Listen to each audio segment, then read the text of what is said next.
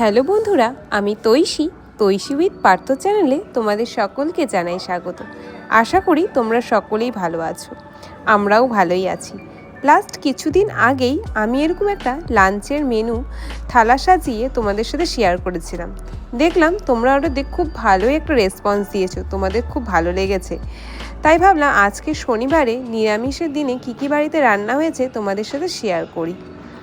ছিল গরম সাদা ভাত, উচ্ছে সিদ্ধ, মটর ডালের বড়া, ছিল ভেন্ডি ভাজা, মিষ্টি কুমড়ার পাতা আর ডোগা দিয়ে ওই ডালের বড়া দিয়ে একটা তরকারি, ছিল বিউলির ডাল, আজকে সিম্পলভাবে সাধারণ ছিল মুখি কচু, আর শেষে ছিল পনিরের ডালনা। এই ছিল আজকে শনিবারে আমাদের বাড়িতে খুবই সিম্পল আর সাধারণ একটা মেনু। আর সাথে ছিল একটু স্যালাড।